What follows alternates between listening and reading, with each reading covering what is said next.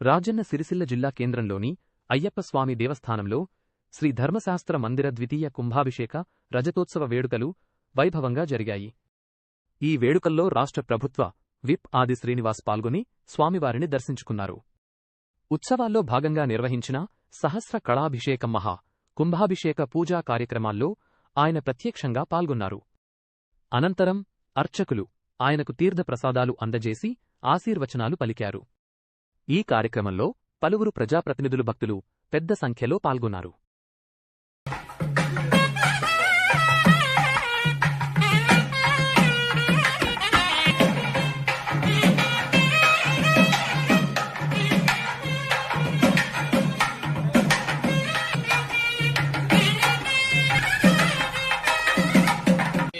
मानवैकुंसी जातवे लोकामस्संवृतं जगतो अभिभ्रतज्ञागै श्रिया मा परिपादया हिरण्यपात्रं वदो कूटं ददाति अदव्योदानेति एकदा ब्रह्मणोपहरति एकदैव यजमान आयुस्तेजो दधाति आनन्दकर्पूर दिव्यमङ्गलनीराजनदीपं दर्शयामि नीराजनन्तरेण सिद्ध आचमनीयं समर्पयामि।